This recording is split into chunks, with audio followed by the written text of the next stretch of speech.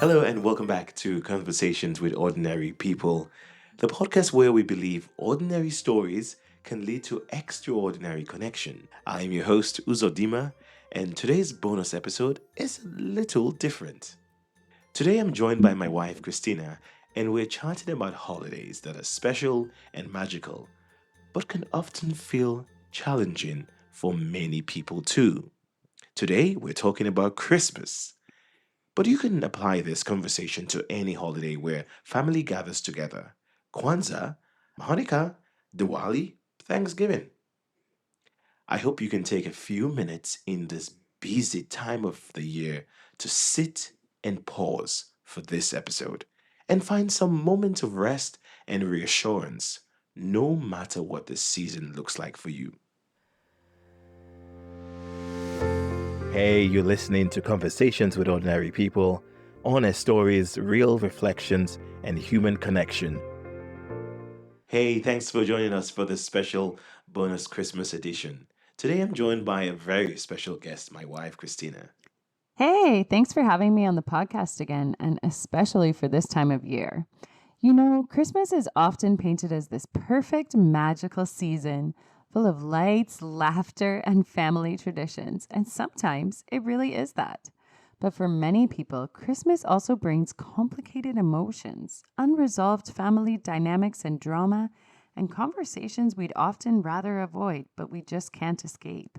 That's exactly right. And that's why you and I are sitting down to talk honestly about Christmas memories, both the beautiful ones and the hard ones, and especially how to navigate difficult conversations with family during the holidays. But before we dive in, we want to share a few Christmas memories. We asked a few of our past guests to share their Christmas memories with us, and here's what they said. One of my favorite Christmas memories, and it's probably a very non traditional one, but it was a Christmas I just spent with my dad. And it was the first time I was hosting Christmas at my place. Because before that, I don't know, you would go to other families' places, my aunt here in Canada. This time it was kind of nice to be able to spoil my dad in a way and be like, hey, I'm going to take care of everything. You just show up, bring a bottle of wine, and I had some foie gras, like some goose liver. And on Christmas Eve, we had raclette. Uh, So lots of cheese and charcuterie and the best wines that I had in my little private cellar. So yeah, it was a very, very fun time to enjoy food and also kind of show him a little bit of my Berlin during winter. So I think growing up in India, Christmas was not really that big of a thing. I think the more common kind of festival that was similar to Christmas was Diwali. And it was kind of similar but shorter because North America, long winters. So, not a lot of sun. In India, it's not the same. So we had Diwali. It was usually a week of festivities. You wear new clothes, you eat a lot of good food, you go meet relatives and hope that they will give you money or presents. And I feel like in general, I did not look forward to it because it was like meeting other people, and usually they would have a comment or a judgment about your life. So I was a bit scared of Diwali usually growing up.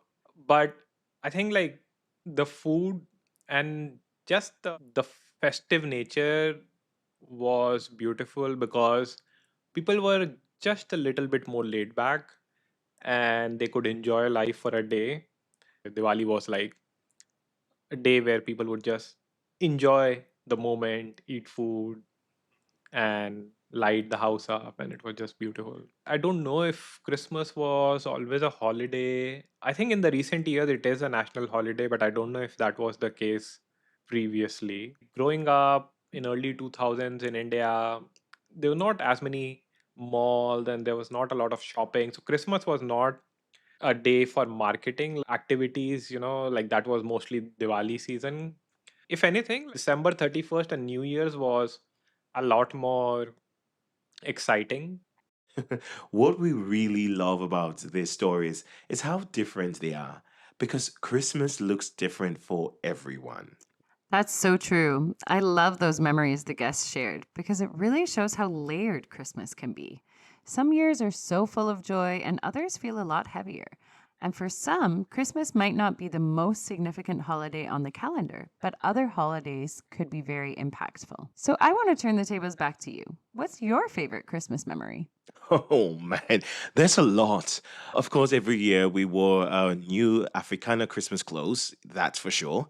We'll wear those to church and then come home while my mom made the best pepper soup ever.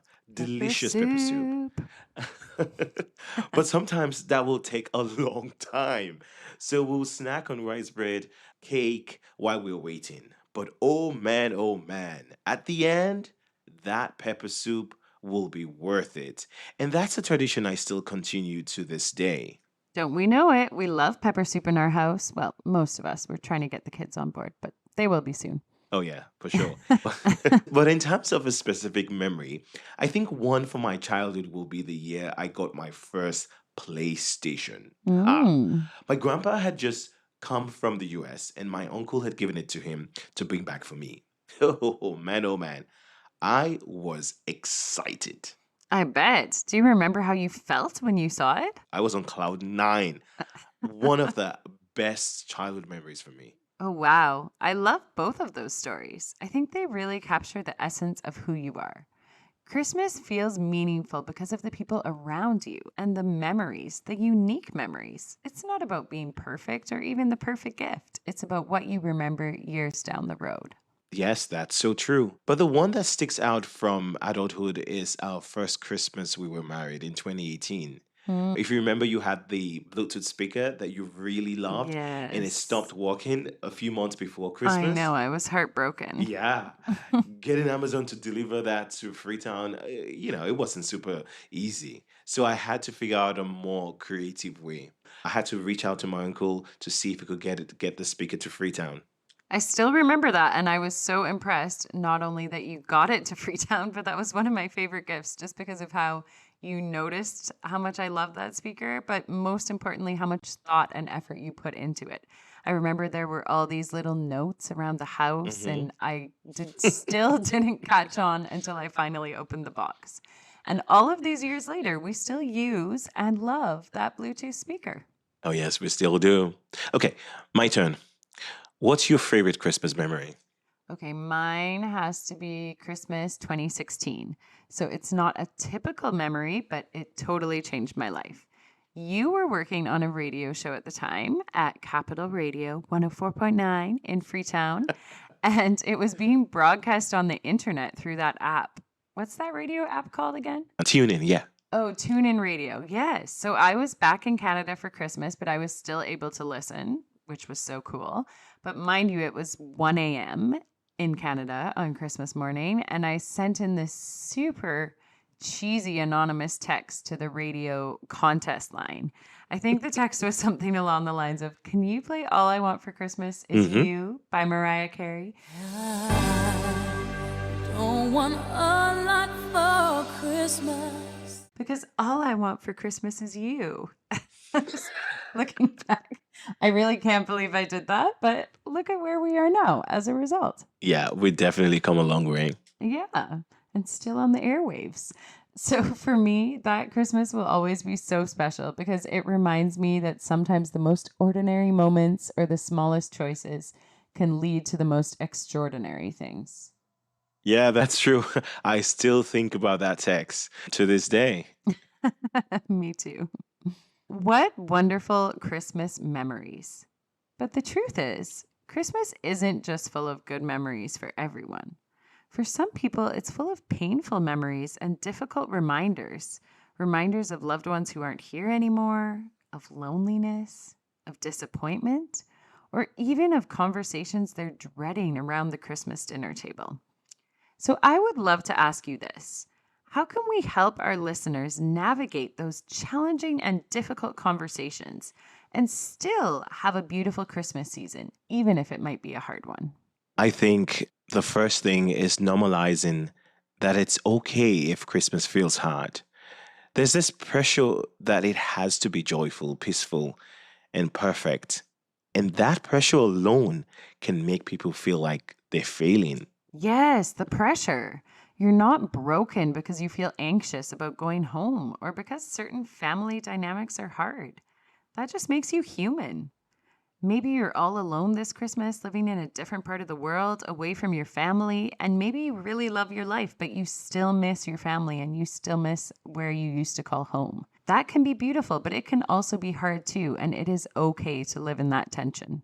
One thing that's really helped me in the past at Christmas time and other family gatherings is setting expectations ahead of time, both with myself and sometimes with others. hmm That's so true. And asking questions like, how long am I realistically able to stay? Or what topics do I not want to engage in? Another one could be, what do I need in order to feel emotionally safe? Those are great questions to ask ourselves, and also reminding ourselves I'm allowed to excuse myself from a conversation. That's not rude, that can be healthy. Yes, boundaries don't have to sound aggressive. No. Sometimes it's as simple as, hey, I'd rather not talk about that today. Or this isn't something I want to get into over Christmas dinner. And you don't owe anyone a long explanation. Short, kind, and clear is enough. However, with that said, there may be times when the path of least resistance isn't the right one. Maybe a conversation comes up that is uncomfortable enough, or maybe it hits on something really close to your heartstrings, and you feel this urge like, I have to speak up, I have to say something about this. Yes, we've all been there. You at the Christmas dinner table about to have your delicious pepper soup. Well, I think for me at For least. sure. Yes. And then someone says the thing. The thing, you know the one. So sometimes Uncle Bob leans back in his chair. He's maybe cleaning his teeth with the toothpick, and then he says something deeply offensive. Maybe it's racist, sexist, dismissive. Maybe it's all of the above. And suddenly the room is so quiet you could hear a pin drop. What do you do? And your heart starts racing because you're thinking, do I say something? Do I stay quiet?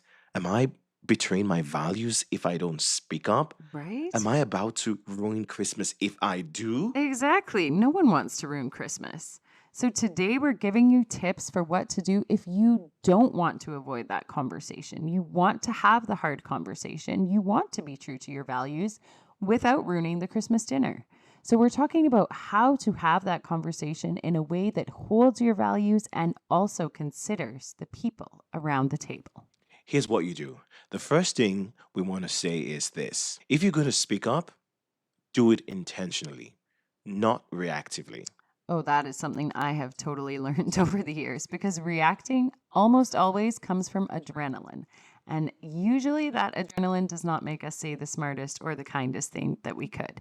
But intention comes from clarity. So it's super important to have intention when we respond. Before you respond, you could quietly ask yourself these questions. What do I want the outcome of this conversation to be? And am I trying to win this argument or am I trying to witness what's going on? Can I say something that aligns with my values without shaming someone else? hmm And standing your ground doesn't mean standing on someone's throat. I love that. You can call it out without calling the person a name. Call out the behavior, not the person, right? So let's talk practically. Uncle Bob or whoever has said something racist or terribly sexist, terribly offensive at the table. Here you are. A lot of people think there's only two options. A, say nothing and pretend it didn't happen and hope everyone ignores it. Or B, go nuts, go nuclear, lose it. But actually, there's a third option. You can name the issue without attacking the person. And that can sound like I'm uncomfortable with that comment. Mm-hmm. I don't agree with that, and here's why. Right. Or I see this very differently. Or even something as simple as, I'm really surprised you would feel that way. Do you want to share more about why that is? Notice you're not saying in any of these circumstances that, hey, Uncle Bob, you're a bad person. You're a racist. You're sexist. Even if he is, that's not what you're saying. You're saying, hey, that idea, it just doesn't sit right with me. It doesn't feel okay. That really matters, especially in a room full of people who did not sign up for a debate this Christmas, but they are watching how you're handling this situation. hmm And one thing I've noticed is one mistake people make is turning Christmas dinner into a TED talk. Oh, tell me about it. We don't need statistics while we're trying to cut turkey and eat mashed potatoes. You don't need to destroy the argument. Just remember that personal stories and emotions are way more likely to change someone's mind or make them even consider a different way of thinking than statistics ever will. You could say something like, I've seen how comments like that hurt people I deeply care about. Or even, that doesn't reflect the values I want to live by. Or something as simple as, I think words really matter, especially around the kids at this table. Personal truth is harder to argue with than abstract opinion. Exactly. And personal truth is so meaningful. Personal truth, at least from my experience, it's the only thing that can ever change someone's mind. So here's something important. You can stand your ground, but it also doesn't mean you have to stay in this uncomfortable or painful conversation forever. If it starts escalating, you can say, I have said what I needed to say. Or, I'm not interested in turning this into an argument tonight. Also, we're probably not going to agree, and that's okay. Exactly.